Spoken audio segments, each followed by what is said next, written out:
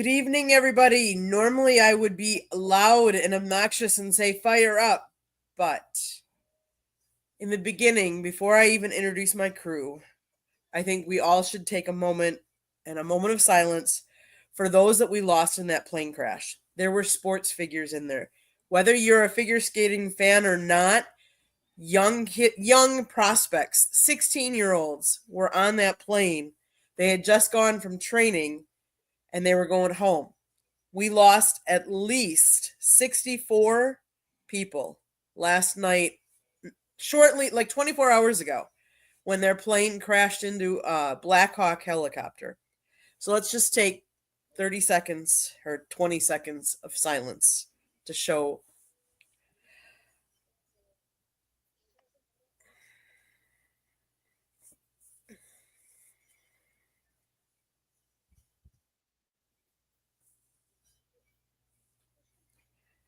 Okay, now I'm going to introduce my crew. Thank you for that moment, everybody. Pensman is right next to me. Pensman, how are you tonight? I'm all right, and you forgot to add that we had 3 military people in the helicopter doing training. So I'm a huge military back back. What do you want to call it? Defender. So just want to let you guys know that we had 3 people in that helicopter. And they were Army, I believe. Yeah, I think so too. Yes. Yes, from all the reports, and we're not here. We're not here to place blame. We're not here to talk about any of that. We're just here to pay our respects to all those that lost their lives, as innocent as they were. Like, I was talking earlier that a couple of them were 16-year-olds and they were great prospects that were doing really well, and some of them had actually won national championships that were from Russia as well. So I know the figure skating community has suffered a huge loss over this. And I know that the Olympics is going to take a hit coming Oh up. yeah. Oh yeah. So, also on my panel, Mr. Ralph Williams. How are you tonight? I'm doing good. Thank you, Candy. It's a pleasure being here as always. Thank you.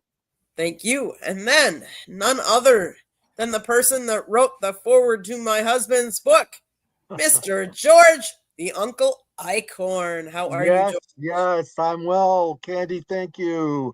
Couldn't make it last week. Had a little bit of health issue in my on my skin, but getting trying to get over that. And I agree with everything you said. It's a terrible loss for this country.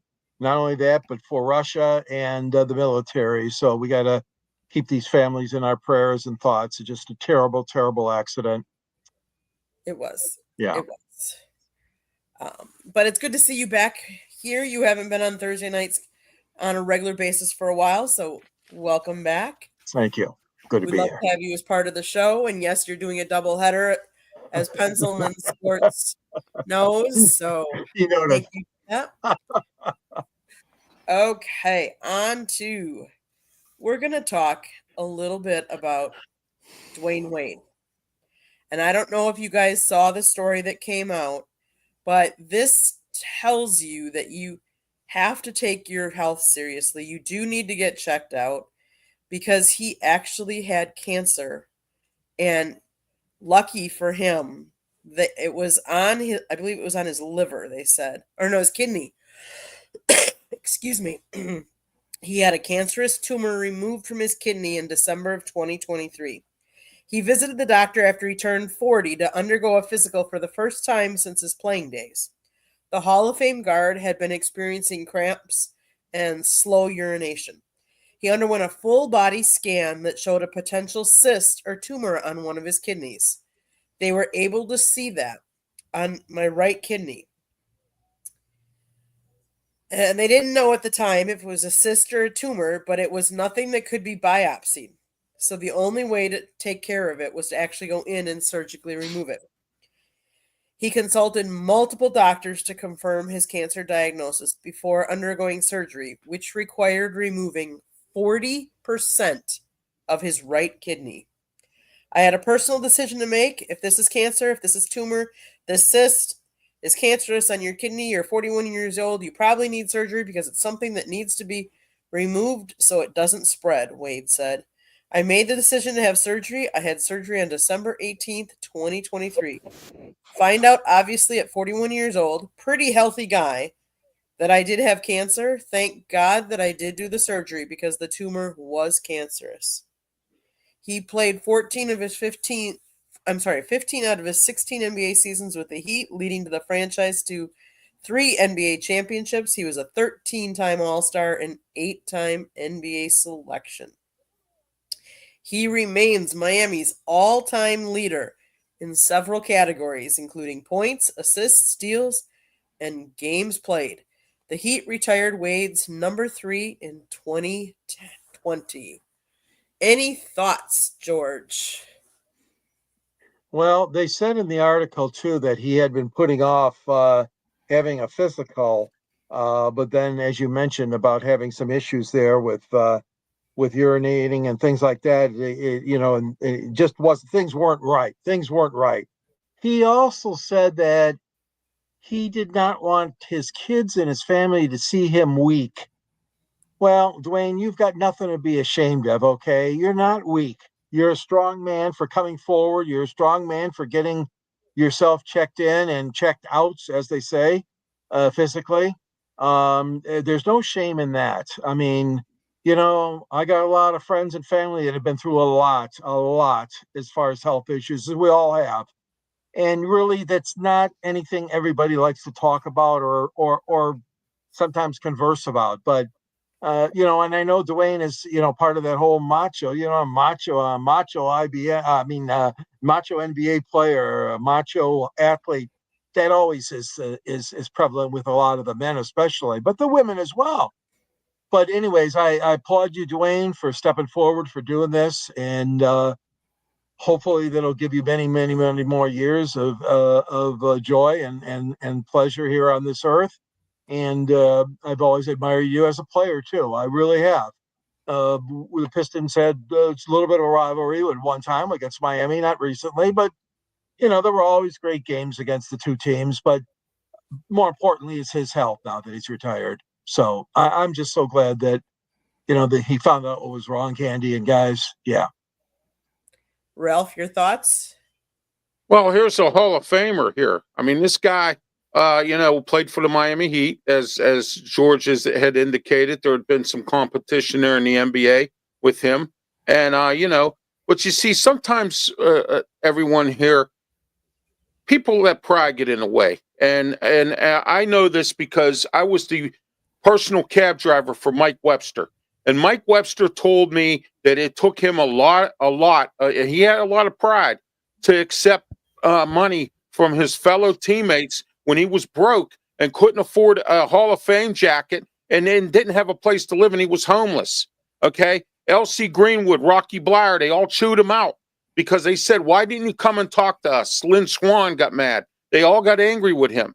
And they pitched in. They got him a place to stay. They paid for his Hall of Fame jacket. There's nothing wrong with telling your family you're sick.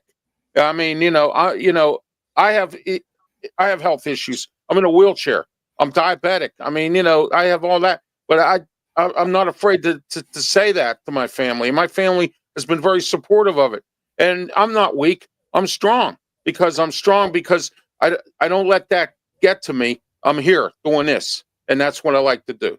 But see, Dwayne Wade shouldn't take it like that. He should say, okay, look, I'm sick. I need help. And maybe I am weak, but you know what? His family will be there for him. Hensman, what is your thoughts on Dwayne Wade? Penceman Sports got it right. He is a Miami legend, and he is a Hall of Famer. I couldn't stand him as a player because he always beat the Sixers. He always had the Sixers number. George can understand that as being a Pistons fan. So, but he's a good player. He went to the court. He kept his mouth shut. He went to the games, did that. But if you're sick and you're not feeling good, you gotta tell your family members. You can't have the NBA ego outside the NBA. As when you're in the NBA, you have to have that ego, that macho man ego. But when you're in the house, you're supposed to have, hey guys, I think something's wrong. And I'm glad he finally got to it. and I'm glad he's doing it right now. And one of the things that I'm going to say is, yes, maybe he hid it for a long time and didn't, but kudos to him for finally coming out and telling everybody, because what that tells or should tell everybody is that someone that you would think is very healthy still can get cancer. Nobody's immune to it. So you have to get checked out and make sure that you are taking care of yourself. And when things aren't right, you have to listen to your own body. You know when something isn't right. Go check it out. Go ahead. And I don't care if you tell anybody else, but go check it out. And Pencilman, I'm not going to get too much into that, but I do agree. Jimmy Butler could take some advice from Dwayne Wade. I have to admit, I am a Wade fan. Wade obviously played for the Marquette Golden Eagles at the time. So, and I am definitely a Dwayne Wade fan. Am I a Miami fan? No, even though I live down here. But I am a Dwayne Wade fan. And I'm not crazy about the statute they made out there, but hey, they're still honoring him. So with that being said, we're going to stay in the NBA for a little bit longer. And typically that's not really a sport I talk a lot about. But Adam Silver is floating the idea of 10-minute quarters as opposed to the 12-minute quarters it is now. They think it'll shorten the game to about a 2-hour format, which he thinks is more consistent with modern television habits. Your thoughts? And I will start with Ralph. Well, Candy, when things get a little too long, it gets boring. And I agree with the NBA doing that. Look at Major League Baseball with the pitch count. Look at how they're trying to make the game go shorter. I've seen some shortened games this year that the Pirates played in, and some other teams were in some shortened games with baseball. NBA's trying to do the same thing. Everybody's attention span now is not for sitting there for many hours watching a game. It starts to get boring a little while, and people's mindset starts to drift away, or after a couple hours they go home. You know what I mean? So I mean, it's everyone's mindset is different, but I think the NBA is doing the right thing if they want to speed up the game a little bit. George, your thoughts? Well, when I first heard it, I thought, "Oh my gosh, here we go again, trying to meddle with the tradition here." But I agree with you, Ralph. I think that what's happening now is the appetite is more compact, and by that I mean for the sports fan and for the casual viewer. And you gave a great example, Ralph, by the way, on Major League Baseball and the changes that they have implemented. And by the way, those changes go back to when Steve Palermo, who was a great umpire, who actually had to leave the game due to health. He was the head of that committee that looked at speeding up baseball. But as far as the NBA goes, I tell you what, and another one that really bothers me is college football. Oh my gosh. That's another day, I know, another subject, Candy, but don't get me started because they have stretched their games out way too long. So many replays and all that. The NBA, I think, is a microcosm of pro sports. I mean, it is more compact. Obviously, 12 minutes is the shortest period. I mean, hockey's got 20 minutes, and football, the NFL's got 15. And baseball really doesn't have a clock in that sense, but they have implemented this pitching clock. But I think that the NBA is still trying to find look for different ways, like Ralph said, and you guys might agree that, looking for ways to speed up their game without necessarily losing any revenue. And that's the key, as we know. They can't lose any revenue, nor do their sponsors want to lose any revenue. So they may say, I want to go to 10 minutes. Don't think they're going to cut out a few of those commercials, because obviously that pays the bills, as they say. So even though he talks like it's cutting it back, I don't think it's going to cut a whole lot, because, like I said, they need their commercial space, and they're going back to NBC next year. I can't wait. The NBA on NBC. That's it for me. Your thoughts? George, you're on fire tonight, man. I'm telling you. Wait a minute. On fire. Well, that's I why can go it's on fire. Scott's Well, I'm rant. just saying, He likes George. to go to other sports that we're not I talking know. about. I know. Damn, George is come on fire Seriously, tonight. really? Instead Now of we got Candy doing it now. Really? Yeah, look out, look out. the apple don't fall from the tree. So what I was going to say is the instead of 12-minute quarters, college basketball has 2 20-minute halves. So True. if they want to speed it up, why don't they do like college basketball and just do 20-minute halves? Nobody's complaining about college basketball, and I'm a big Duke fan, and I'll watch any other team, but Duke's my team since I was a kid. But I have no issues with college basketball. It runs smooth. Halftime is about 15, 20 minutes, and then they get back to the second half, about hour and a half, 2 hours, and that's it. They don't need the 4 quarters. If they want to speed it up, I don't think 10 minutes is necessary. So that's my opinion. So one of the things that one of the reasons why Silver has proposed this is so that the set of rules is for basketball is consistent across all leagues. Because right now in Olympic basketball, they do it. And college basketball already play 40-minute games. He also believes shortening quarters could solve some of the NBA's issues with rest and load management, which we all have complained about. Oh boy. Yeah, that's what I say, George. There Yeah. you go. It's just Embiid. Embiid's the only one that complains about rest, and he has his own chair. They all do load management. They Not as all much as get it. Embiid. Well, that's true. That's true. Ah, Silver is keenly aware that MLB has implemented changes that have made a positive impact. So he said if the league that is more locked into tradition like MLB can do it, the NBA should be open to more changes. He also recently addressed the narrative that NBA games have too many three-point shot attempts, and I know that's been another point of contention with some people. He says he likes the three-point shot and appreciates the skill level of big men who are able to shoot from deep because it shows how the game has evolved over time. My issue with that is it's taken the physicality of the inside game out of the game, I think. And people don't defend. Where's defense really on these teams? I mean, games, that's what I miss, a lot of that. But to each its own. So, any other thoughts on 10-minute or changing any other rules for the NBA, guys? college basketball has 3-pointers. There's no issues there. No, Yeah. no, it's that's a whole different animal with Yeah. college and the NBA. The Right. NBA, they're worrying about showing off. College, they're worrying about worrying about making their careers, Right. and stuff like that. Just And just make NBA like college. yeah, exactly. Well, yeah, but you got to admit, Ralph, the college game especially, I think, has gone way too much to the alley oops and the dunking and the. Yeah. they It really- has. Yes, it's I starting to mean, get like that. Yes, I it is.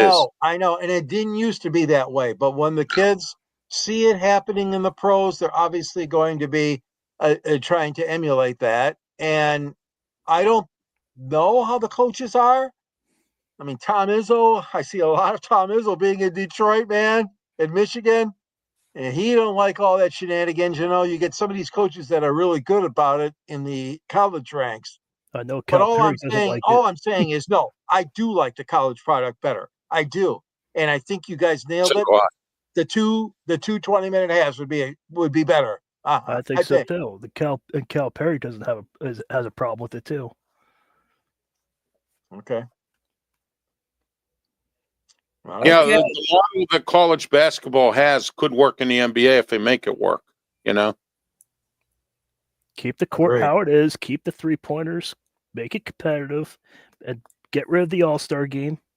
And the All-Star game, they get like 250 points combined. Oh, that's So- ridiculous. So it's like It's How like about it's like 300 the points? score. The final score is like 145 to 135. It's like, hello, where's this at? Yeah, It's- exactly. Get rid of the All-Star game and get it like college, and Well, they are looking at ways Adam to do Silver, that. you're good. Yeah. Okay, guys, we're gonna Yeah, switch let's go. topics. We're gonna switch sports to the sport that we all know and love and talk probably the most about. We're gonna talk about NFL, but we're gonna talk about it in a little different way. A report came out today that concussions are at an all-time low this season since NFL began tracking.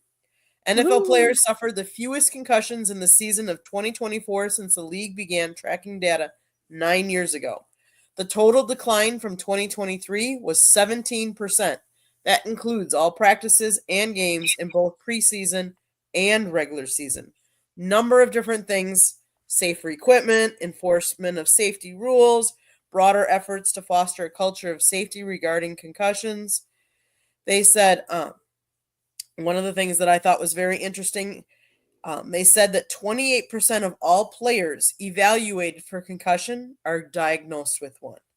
The number of players self-reporting increased to 41%. There was a 35% increase in the number of players upgraded to safer helmets or position-specific helmets that are designed to reduce the impact of hits. So, your thoughts? And we'll start with Pensman on this topic. I'm glad that the concussions are lowering down. I'm glad that everything's going to a safer route because NFL is my apple pie and in America. You can ask everybody that knows me. I love football with a passion, college, high school, everything. I'll even watch UFL sometimes. So, but what I was talking to somebody that if the quarterback goes out of the pocket, he should be notified as a running back. So it does not matter how he's hit. The flags of him going out of the pocket, once he leaves that pocket, it's a free game. Like there's no safety thing. Once you're in the pocket, that's where the safety comes in. But I'm glad that they lowered the concussions. I'm glad the injuries are going down. So Roger Goodell's doing something right in that category. Ralph, your thoughts? Well, the NFL had to start stepping up, Pensman, because they got sued, and then and with all these concussion problems and everything else, and the settlement. I know a professional wrestler named Baron Corbin, who was a lineman for the Jets, an offensive lineman. He ended up getting a concussion settlement, and he had to sit out for a couple of years because of concussion syndrome. And now he did work with the WWE. He's now moved on. But I know some other football players who have, concussion problems and committed suicide. Terry Long drank antifreeze and committed suicide, former Steeler lineman. Justin Stralzik, former Steeler lineman. Just to name a few of the ones that, because of concussion syndrome, had major problems in their lives and with what was going on. Watch the movie, and you'll understand it a little bit better about how the concussion thing worked. With the NFL and players. George, your thoughts? Yeah, I'm glad to see that there's a indication, like you said, of the downward trend, because it is a very serious issue, very sensitive issue. There is so much hitting and so much piling on and everything else that goes on in a football game, whether it's high school, college, or professionals. A couple of people even said to me during while we're at a Lions game, George, I can't believe there's not more injuries the way these guys go at each other and hit each other. So what could be the reason? Well, obviously our medical advances, obviously they're testing different helmets, at least wearing those helmets in training camp and that practices. I know those helmets are not pretty. Those new helmets that protect the skull and the tissue and in their faces better, but that doesn't matter to me. I mean, I know a helmet is a big thing. We all know that, but I'm sure some of those new helmets, if we do adopt those league wide, they could be painted in the team colors. That's not a showstopper. But yeah, it's a very serious issue, and we all have seen some of our favorite athletes and our favorite teams, and you, Candy, with Green Bay, myself with the Lions, and Ralph, the Steelers, and Pensman with all the football that you watch. I mean, we've all seen so many young players, and no matter what age they are, but I mean, going out and having these terrible injuries and concussions, it's just so sad. It's so sad. Right now, Lem Barney is really struggling. The former Detroit Lions great, Lem Barney, a member of the Pro Football Hall of Fame. Keep him in your thoughts and prayers, I ask all of you, because he's one of the greatest Lions of all time.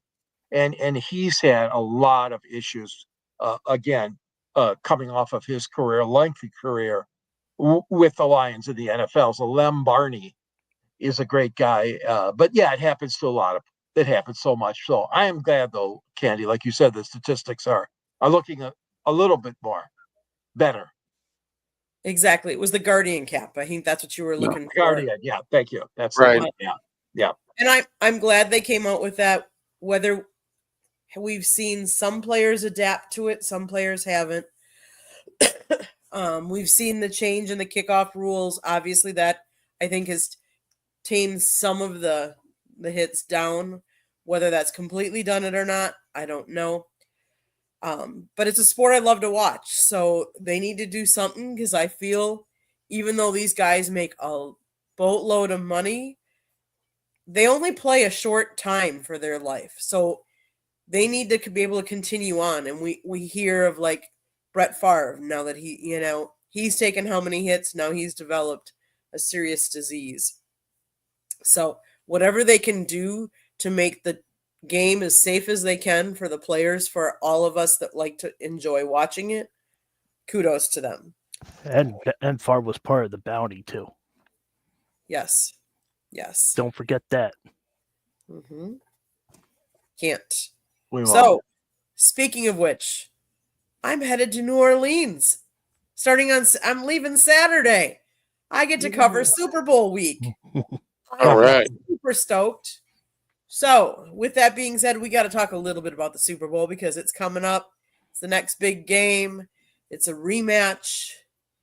I have to say, all these Kansas City Chief people that say they could possibly three-peat, well, great. Then you'll be in good company, because you are not the only ones if you do that. There have been NFL teams that have won championships 3 years in a row. And it's namely my Green Bay Packers, and they did it twice. Yes, it's before it was the Super Bowl era, but they did do it. So, thoughts about what you're looking forward to for the game. And it can be whatever about the game. And I'm going to start with you, George. Well, it's not really the matchup I wanted, obviously, and I'm not trying to sound like a homer, but the Detroit Lions were just thoroughly beaten and shocked by what happened in their playoff opener, which, as we know, was the divisional round. They got a bye the first round, and to be quite frank with you guys, I would have preferred to see Washington. They've done a great job over there, and Dan Quinn and Jalen and all the stars that they've got. But they just, again, they were beaten fair and square, obviously, by a better team, Philadelphia. I'm going to stick with the NFC. I would like to see Philadelphia win. I'm getting just a little bit tired of the Kansas City stuff, as you all know, and I'd be interested to hear what you guys all say. No question, they're a great team and a great franchise, but all that other stuff and that we have to put up with. And now we got teams saying that the referees and fans, more so fans, I guess, maybe than team executives, the favoritism, whether it's true or not, some people think it is. I happen to think not, but that the officials are in on it as well. But it doesn't matter. I mean, to me, may the best team win, but my heart is going with Philly. I'm a National Football Conference guy. I'd like to see keeping that Super Bowl over here. And quite frankly, I'd like to see Kansas City, I guess, denied to get three-peat. Should be a hell of a game. And Candy, you and Scott and your team that is going to be down there, you're going to enjoy it. I've had the privilege of covering 2 Super Bowls.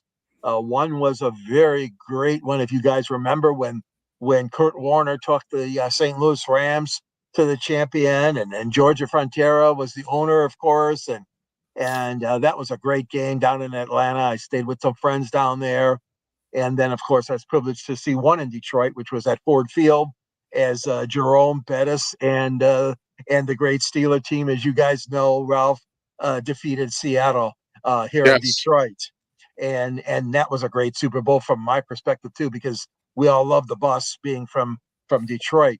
So Detroit, yes. yeah, so I'm looking forward to it. I'll be interested to see what everybody else says, but I'm pulling for Philadelphia, and I'm hoping that the Eagles can bring home a title. Ralph, your thoughts?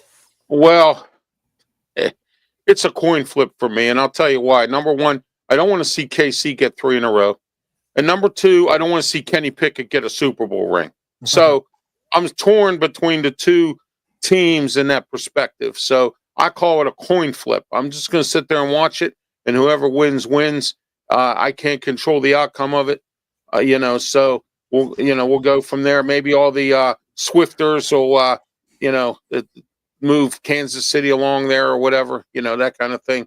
So, I'm torn between the two. I'm going to sit there and watch it. Whoever wins, wins. I really don't have a favor because, like I said, I don't want either team to win, to be frankly honest with you, because of those two reasons. So, yeah.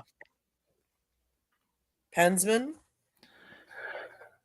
I'm in the same boat as Ralph, but I can't stand the Eagles because my family's a big Eagles fans. I can't stand the Kansas City Chiefs. I like Patrick Mahomes, but he's getting away with too much stuff. But I just can't stand the Kansas City Chiefs. But Patrick Mahomes, I respect really, really badly. But is the Kansas City Chiefs rigged? Because he can't even spike the ball. What is in on his hands that is sticky stuff? I don't know if that is or not. I put a short up and I got 10,000 views on that because of the hesitation spike. And then I don't know if they're even going to play the game because Pat McAfee and a bunch of YouTubers are talking about the NFL's talking about boycotting it. So I don't know if they're actually going to boycott the game or not. I don't think they should because I want to know who the champion is. So that's what I think. But I'm just going to sit there and watch it, and whoever wins, wins. And as far as Kenny Pickett, he's a backup, everybody. He might be part of the team, but he didn't take them to the Super Bowl. He's a backup. But I don't want to see him get a ring at all. That's the whole. I could care less if he cleans toilets for the Eagles. I mean, I get it. I'm just saying, everybody's like, "Oh, Kenny Pickett's gonna get a Super Bowl." He's a backup. I get where you're saying, Ralph, but I'm just saying that everybody's like, "Oh, Kenny Pickett's in the Super Bowl." He's a backup. But then again, you know what? Maybe I do want Philly to win because I want the Steelers to be wrong about what they did with Kenny Pickett. That's another story. You know what I mean? There we go. That could be possibly too. Yeah. So possibility.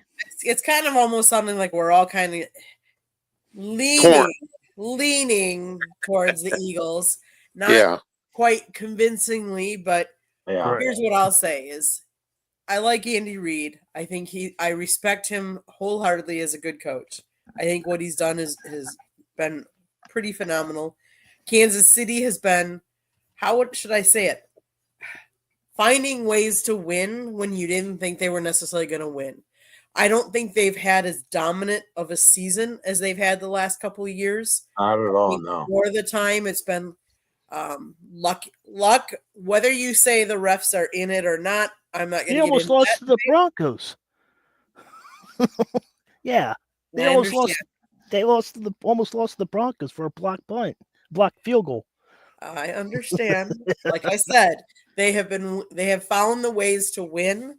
Right. What I will say about the game. And I would encourage all of you to watch Scott on the Motor City Mad Mouth on YouTube. You can find it. Did an interview with Don Beebe, and he played for the Buffalo Bills, the inaugural season of the Carolina Panthers, and my Green Bay Packers championship Super Bowl champion. He talked about how it's about not making mistakes, not making mental mistakes. So if something happens happens to go wrong, or you don't, some call you don't get or whatever like that, to not let that affect the rest of your game. The fact that Philly's defense is as dominant as it has been, he thinks Philadelphia will win, but he says it's going to be up to that running game and up to Philly's defense. And I agree. If they're up for the task, and let's face it, Saquon Barkley has had a phenomenal year.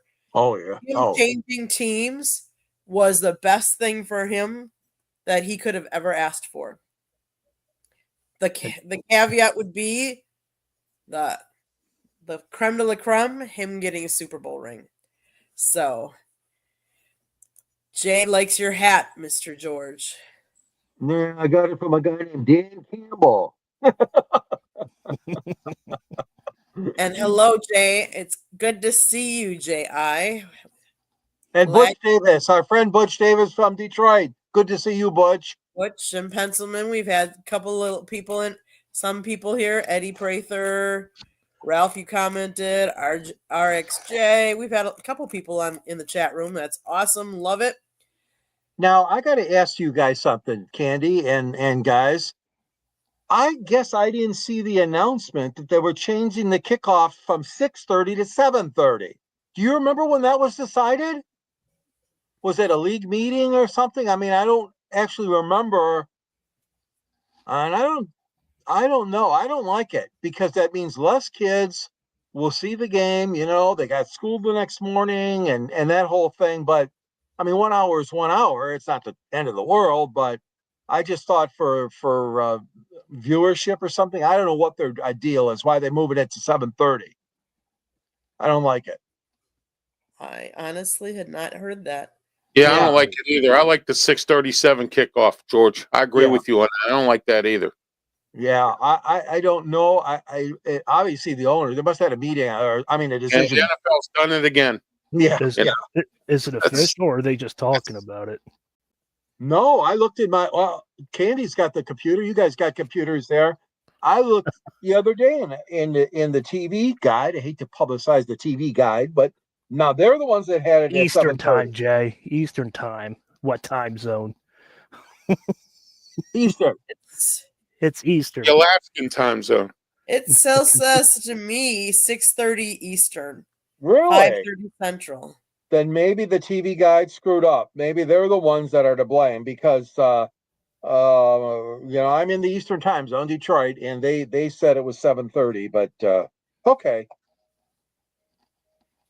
I'll go with you, Candy, on that one. That's a good topic, though, George. Yeah, I checked it out myself, and I think TV guide needs to stick to TV and stay away from time. Worrying about the NFL. That's right. Well, if they want to give the time at the wrong time, they're going to be missing out then. Because, it's slated for a 6:30 p.m. Eastern kickoff time. Well, thank you for clarifying. They might have fewer readers if readers miss national anthem and that kind of thing for that. For sure. But don't worry if you have the catered food or you're ordering pizza, man. But I think it's 7:30. Yeah. Yes. You want it before kickoff. Yeah, I was gonna say I never heard that, and I watch. I watch ESPN all the time. Okay, guys. You know what, George? TV Guide might be just saying something to say something to put something out there for print. Yeah. You know how that is. There's erroneous reports all over the place. I think George's Magazine Central Time Zone. Yeah, there you go. They confused me with the Eastern and the Central. There you go. Okay, guys, let's reel it in. Let's go to my town. We are going to start with Ralph. What is happening in your town? Well, Art Rooney II, the owner of the Steelers, says he still wants to win a championship. But there was a key ingredient in today's interview that he did with Channel 11's Jenna Harner today. He said that he's starting to get away from the game and he's letting his kids start to run it a little bit. And I hope that if that's the case, Art II, I hope they do a better job than you're doing. Because I got to tell you what, you're not doing a really good job with it. This team is mediocre. They have a mediocre coach, and it's getting tiring. And people in Pittsburgh are hungry for another Super Bowl. And, it's getting really, really out of control. Penguins won their first game in a while. And I think about maybe 6 years or something. Jeez, it's been a while since they won a game against the Utah Hockey Club. They don't even have a name. They're called the Hockey Club. So, they won that game. And spring training's coming up. Pitchers and catchers report February 12th for the Pirates. And this Tuesday on Sports Corner, I will have Noah House from the Post-Gazette. And we're going to talk about the Pirates, what they're up to this season, which is, of course, nothing like they always are. So that's my town. George, because I know that Ralph and Pensman are from the same, we'll give Pensman a little time to figure out his. George, so I'm going to go to you. What's happening in your town? Well, we've got a great new coach of the Red Wings. So far, so good. Tom McCullen has took over for Lalonde, the Tampa Bay guy that they brought. Stevie Eisman brought back, because Stevie, of course, was the president and general manager of the Tampa Bay Lightning for many years. It didn't work out. I shouldn't say that. Now, last year, they went to the final game of the season and the final period and the final goal. I mean, Washington edged out the Red Wings for that final playoff spot, as you guys might remember last April. Everybody was depressed in Hockey Town, the city of Detroit. So there was optimism, but they started out terrible this year. Oh, my gosh. Lalonde and his coaching staff just couldn't figure things out. So it was only a matter of time before Eisman would pull the plug on him, and he brought in a real good man. You got to remember, Todd has been around a while, okay? He's been with the LA Kings. He was a former coach under Mike Babcock when Mike had the Red Wings, and Todd was he was an assistant coach under Babcock here in Detroit. So he had some familiarity, at least with the Red Wings, although at that time they played in a different arena, Joe Louis Arena. He is lighting a fire under their butts, is the only way I can put it. And I don't know if they took Lalonde for granted. They tried to just easy game, don't skate as hard. Who knows what the heck was going on? But it's been like a magic potion for the Red Wings, okay? They're down 2-0 right now on the road to Edmonton. This is a very crucial trip to Western Canada and to Seattle. 4 tough games on the road for Detroit right now. Pittsburgh, you're right, Ralph. You guys won on the road in Salt Lake City last night. Congrats. Yes. That race for the Eastern Conference playoffs is always a dogfight. And that's all Detroit wants. Yes. They want one of those spots, wild card. It's been way too long, 7-8 years since Detroit was in the playoffs. Unacceptable. As far as the Pistons, briefly, they're playing very well too. Bickerstaff has done a great job. The Pistons, of course, brought him over from after he was let go by Cleveland. And Cade Cunningham, if you didn't hear the news, was finally named to the NBA All-Star Reserve Squad today. I'm very happy for Cade. He's had a great year so far, and so has the team. I won't talk about the Lions. We've talked about them too much right now. Just sad. Sad to see all these great coaches leave. And I know they get promotions and they interview and all that. But it is really sad, because not only the dagger of losing to the Commanders, but then now you lose such great talent on the sidelines, especially Aaron Glenn going to the Jets, and of course the Bears hiring the offensive coordinator here in Detroit. I just don't like it. But hey, we knew it was coming. That's it for me right now. It's going to be a challenge real quick here, George, for the Detroit Lions and Dan Campbell to find good assistants like Ben Johnson and Aaron Glenn. Yeah. You know, I mean, it's not easy. They don't grow on trees. I mean, you know, there are, so it's going to be real difficult. We'll see what happens this year. George, J.I. has a question. Do you know the answer? Well, Why are the Red Wings? the logo was a winged wheel, and that comes with Detroit being the automotive capital, and the great little wheel covers, and you remember at the front of the big cars they'd have a nice little emblem, a statue like. Well, anyways, the wing wheel. I don't know exactly why they were labeled red. That I don't know, but the wings, it goes back to their logo and their love of automobiles here in Detroit. I don't know where it is, but that is one traditional logo they better never tamper with. That Red Wing winged wheel, they call it.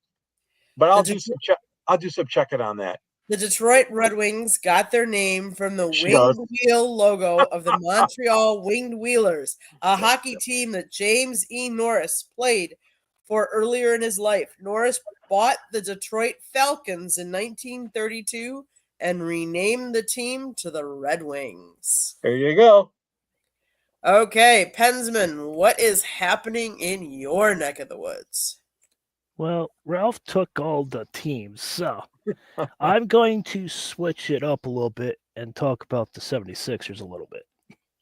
The 76ers are currently 19-27 of the year. They were, in the last 3-4 years, they were averaging 50 wins a season. I don't know what happened between last year and this year, but they are going from top to bottom in a hurry. And the Penguins are dropping from top to bottom quick. The Steelers are dropping top to bottom. Where is my teams going? And Hal Steinbrenner, I am very disappointed in you. You own a $3 billion team. And you say that you can't put a team together because of fans, because you can't put the players on the team. You got to look at both sides of the business perspective and the fan perspective. How, well, I don't know what your dad did to you, but whatever your dad taught you, go back to what your dad was teaching you, please. That's what's going on in my town. Okay, in my town, I'm gonna steal a couple things that I talked a little bit about last night on the Sports Exchange. First of all, kudos to Wisconsin Pro Baseball Park District. They approved a $54.9 million needed to winterize American Family Field, which is where the Milwaukee Brewers play. This means that as soon as next year, the home of the Brewers will be able to host concerts and other events year-round. Winterizing the stadium means the stadium will be able to be heated to 68 degrees inside, while outside temperatures could be dropped to minus 10 degrees. And we all know Wisconsin, it can get really cold. So kudos to them, because here you have a stadium, you built it, you spent how many millions of dollars, and yet in Wisconsin you can only, use it for a short time. So JI, yes, it's a dome, it's a retractable dome. So they can open it up, and during the summer when the Brewers play, if it's great outside, or they can close the roof if they're thinking it's going to rain. So the nice thing about that is that for the Brewers, that means that they're always guaranteed the game is going to happen on the day that it's scheduled, which is nice because they have fans from all over the state that can take bus. They take bus trips and they come down and bus them down. And before, you never knew if it was going to rain. It might have a rain delay or might be canceled. And so I think there's more of that now. And now that they're going to winterize the stadium, great. It is natural grass, yes, because they can open up the roof. So on another note, we talked a little bit about this last night. We talked about tennis. Do you know that the new era of dominance, 4 different American women have won a major title since Serena's last title? So maybe tennis is on the rise in America. The second thing, did you know the hardest throw in NFL history by a quarterback? Number 1 is Jordan Love. He threw it 61.98 miles per hour. Imagine that.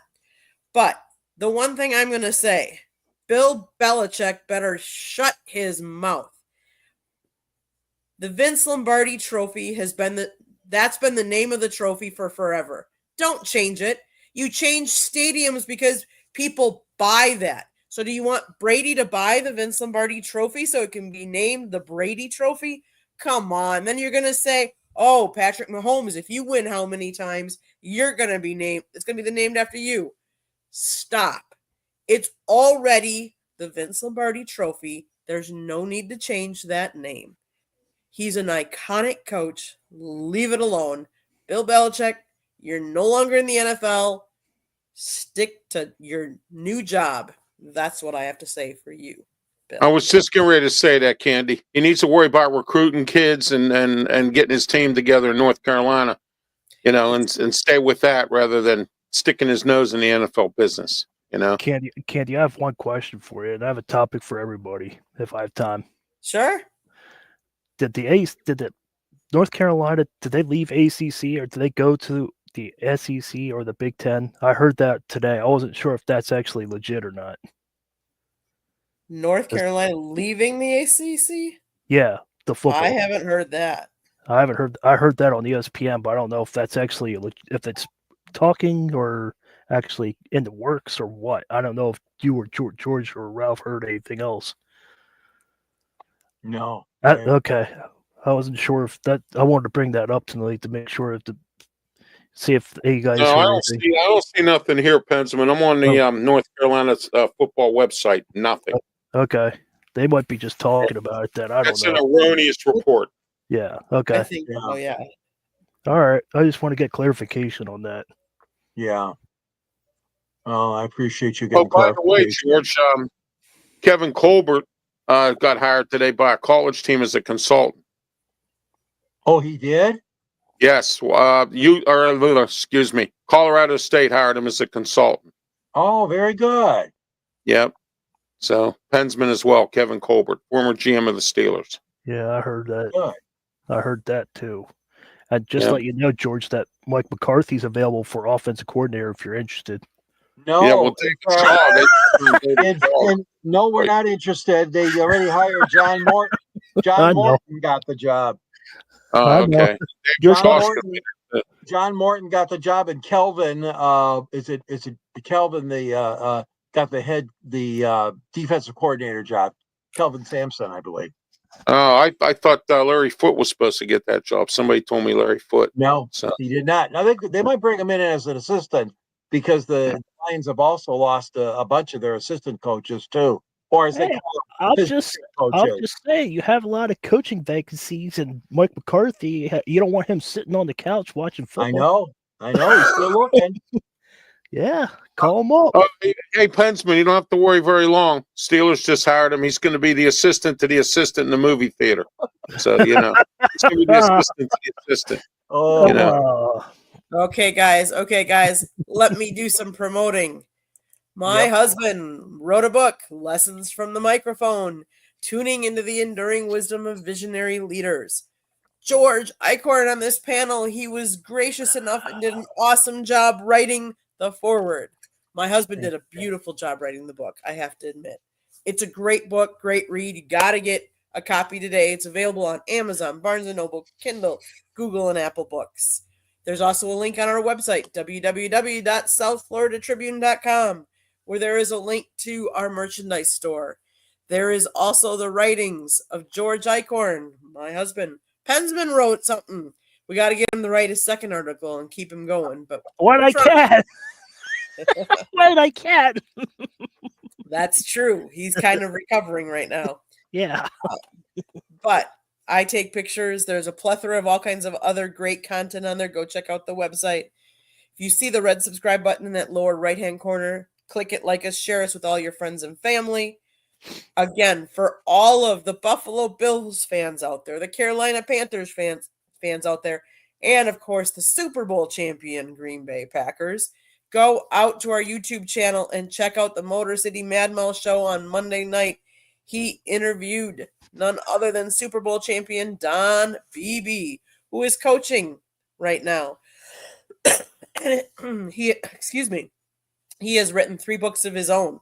So go check out that interview. It's a 58-minute video, but it's a great interview. He talks about a lot of different things, so go check it out. Check out the rest of our YouTube channel. If you like to listen to podcasts, you can find us wherever you get your podcast. Let's see. If you want to advertise with us, call Scott 954-304-4941. If you have show ideas or want to be a guest, email us at southfloridatribune@gmail.com. We appreciate everybody that's been in the chat room. CJI, he bought the book, he read it, he shared it, he loves it. It's a good book, and it has an amazing forward. All right. Go down 2. No, 1 more. Go up 1 more. There you go. There's one for you. Oh, Yeah, right. And then kudos to Ralph for being over 200. That's awesome. Yeah, thank you. Okay. So, with that being said, let's go around and tell everybody how they can see you, watch you. I will tell everybody that we are taking a week off because we will be on the road and we do not know what we're going to be doing besides covering Super Bowl coverage. And we'll see what that means because let's face it, Scott has covered, if you don't know, Scott has covered 4 Super Bowls in the past. But as we all know, New Orleans had a scare just not too long ago. So security has been tightened. So we will see what kind of access we have and what we will bring. So I would say check our YouTube channel often to see what you might see on it and check our social media threads as well, because you just never know what we're going to be posting up there. And we're traveling, so please say a prayer and keep us in your prayers as we travel. With that, George, how can people find you and get a hold of you? well, they can find me on the South Florida Tribune website where I'm under the Motor City Tribune as a contributor. And of course, I write locally for the paper called the Downtown Detroit Monitor. In that column of mine at the very end, Candy always puts a link to my book, which is called Detroit Sports Broadcasters on the Air, featuring not only Scott and myself, but the great Ernie Harwell and Bob Reynolds, Bud Lynch, Bruce Martin. Oh my God, so many great announcers, Paul Carey, Ray Lane, the list goes on and on and on. And also, you can find me at Yahoo at gicorn@yahoo.com, on LinkedIn under my name. And you can also track me down on Twitter or X at SanGSports99. And you don't ever know where I'm going to pop up. Sports Exchange, Fire Up, 108 Stitches, maybe, the football show. It's just fun because every week I like to visit with my friends here. And you are love good. talking sports and you're knowledgeable. So, hey. And you are good. Let's be honest, George. You and Scott go how far back? Well, we probably have hit 45 years. I know it was 43 or 44. They're right around there. Awesome. Yeah, awesome. Quite a number of years. That is, and you guys started the Sports Exchange together. So yeah, back in the day. Oh, yes. In the day. Okay. Yeah. Mr. Ralph, how can people find you? YouTube, Facebook, Twitter X, please follow. YouTube, please subscribe. I just uploaded my Ralph Williams show, which I'm starting to upload stuff onto YouTube here as soon as I figure some more technical ends of it out there. But check out all my archive versions of all my shows there as well. You can also reach me on LinkedIn. I'm also on Tumblr. And also, don't forget Saturday, the External Bum Show. We have a semi-new lineup. It's going to be Scott. Well, Scott's going away with you, Candy, on Saturday, so he will not be part of the show. But it's going to be myself, Leo Haggerty, and we have a guest, Ray Fittipaldo from the Pittsburgh Post-Gazette. And Pensman, if you want to join us, you're welcome, because Scott will be traveling with Candy. So I'm going to need a fourth person, so, whatever. I'm in. All right, there you go. So, all right, but anyway, also today, I signed a new contract with AM 1250 and 92.5 FM. My contract runs out in March. I signed a brand new contract to be with them for another year.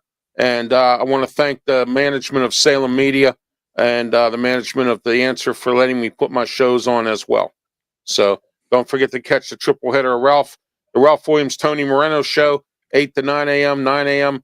to 10 a.m., the External Bum Show on YouTube, Facebook, Twitch, Twitter X platforms, and also on the Huddle Sports Network. And then also don't forget 2 to 3 p.m., the Sports Corner radio show with me, Ralph Williams, Smoking Jim Frazier, Claudia Rosano, and Luther Dupree. And please say a prayer. Smoking Jim's in the hospital.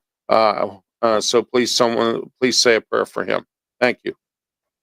Okay, Pensman, how can people find you? Well, you can find me on YouTube on Pensman Sports, and I'm apparently going to be busy with Ralph on Saturday. So you can find me on Saturday, and you can find me on X at Pensman Sports.